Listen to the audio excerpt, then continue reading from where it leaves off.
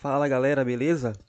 Retornando com os nossos vídeos sobre sistema VRF, hoje nós iremos abordar o início de funcionamento do sistema VRF. O que seria isso? O comportamento que o sistema VRF tem no momento em que ele é energizado, tá bom? Vai ser um vídeo curto, porém eu espero que seja objetivo e que tire a dúvida de alguns colegas de profissão, tá bom? Então galera, para o nosso exemplo, vamos utilizar o que aqui? Duas unidades condensadoras e duas unidades internas, tá bom?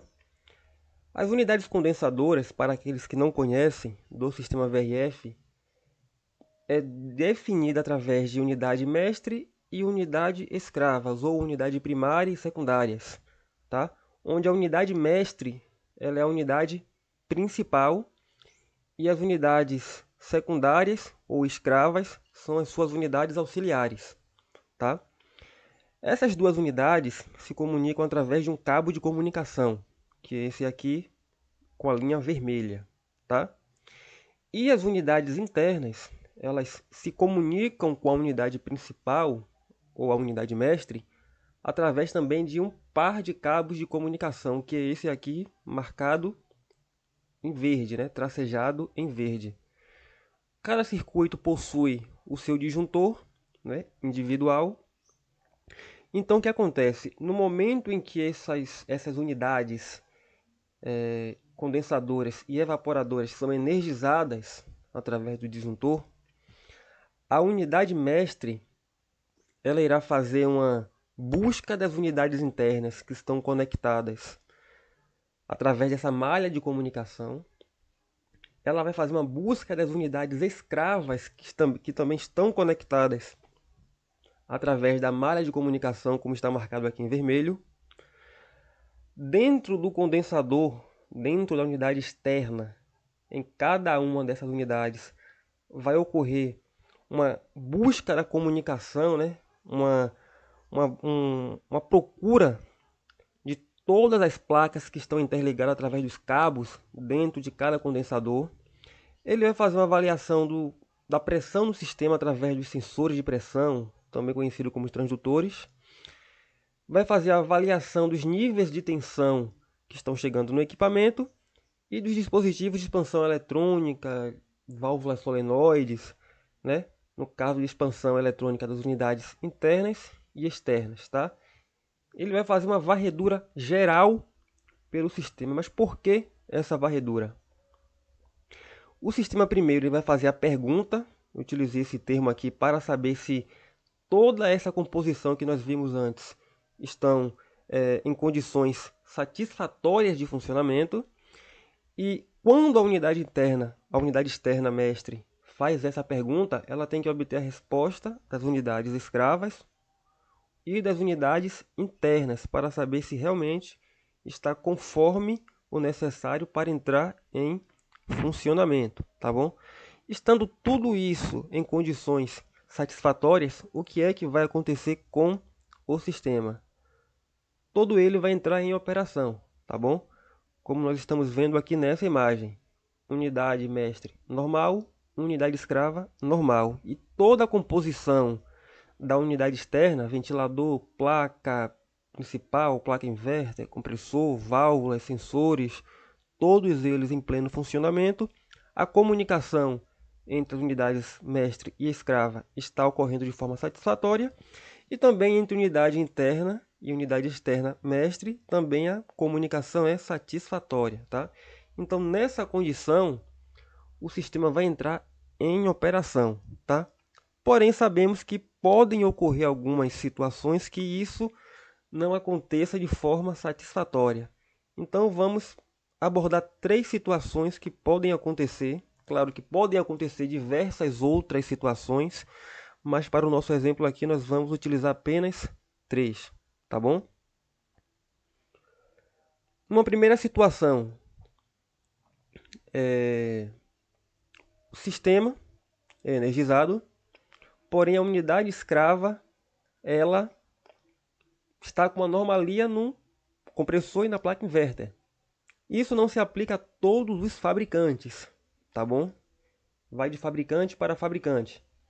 Mas em alguns casos, a unidade mestre ela vai entrar em operação, a unidade escrava que está com problema no compressor e na placa vai exibir um código de erro tanto nela quanto na unidade mestre, indicando que existe uma anormalidade na unidade escrava. Porém, todo o sistema vai continuar em operação. Como eu disse, isso não se aplica a todos os fabricantes. Isso vai de fabricante para fabricante. Em alguns casos, quando a unidade secundária apresenta uma irregularidade, todo o sistema ele fica inoperante. Porém, em alguns casos, mesmo com a unidade secundária em falha, a unidade mestre, o sistema operacional do equipamento, faz um backup automático, ou seja, essa unidade escrava ela é colocada em standby e ela mantém o funcionamento do sistema para o equipamento, no caso o cliente também, não ficar à mercê do início do processo corretivo dessa unidade escrava, tá bom? Como eu coloquei aqui, observação, dependendo do fabricante, quando uma unidade escrava falha, a unidade mestre continua a operar normalmente, tá bom? Uma segunda situação que é muito recorrente em sistemas VRFs é o erro de comunicação. No nosso caso aqui, nós estamos simulando que o cabo de comunicação está rompido. Claro que o erro de comunicação pode ser causado por N fatores, mas no nosso caso aqui, a unidade mestre está normal, a unidade escrava está normal, porém o cabo de comunicação rompido não obtém resposta das unidades internas e vai gerar um erro de comunicação. Alguns outros fatores também podem gerar o erro de comunicação, como um disjuntor de algum dos evaporadores desligado ou de todos os evaporadores também desligados, alguma placa danificada em alguma unidade evaporadora ou placa do condensador também danificado, enfim, pode ser N fatores para causar o erro de comunicação. Porém, como o nosso princípio aqui é a inicialização do sistema, quando o disjuntor é ligado tanto da unidade interna quanto das unidades externas e ainda assim persiste ali no erro de comunicação, o sistema ele vai ser inoperante. No nosso caso aqui, a nossa falha foi referente a um cabo rompido, tá bom? E também existe o caso muito comum da unidade externa funcionar, grande parte das unidades internas também entrarem em operação, porém uma unidade interna em especial não funciona e exibe um alarme, ou através de LEDs de 7 segmentos, ou através de luzes que ficam piscando no painel da unidade interna. Porém, essa unidade não funciona, as demais evaporadoras funcionam e o condensador também. Geralmente isso acontece quando o erro ele é específico da unidade interna. E eu resumi aqui de forma bem simples quais seriam esses principais erros. Sensor de temperatura. Claro que você teria que interpretar o código de erro que é exibido na unidade interna.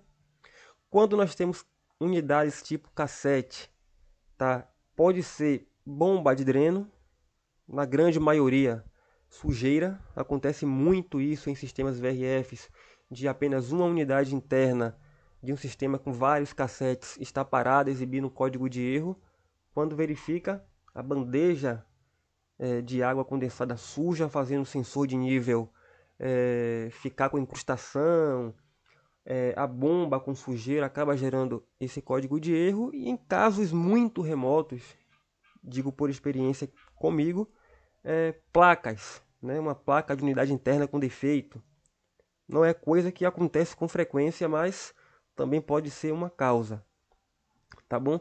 E também, galera, em alguns VRFs, dependendo do fabricante, quando uma unidade interna em especial exibe um código de erro, no display do condensador, no display de 7 segmentos na placa principal, ele exibe o endereço desse evaporador, né?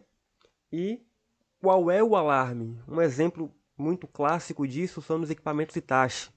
no qual as unidades internas possuem um endereço físico manual, tá?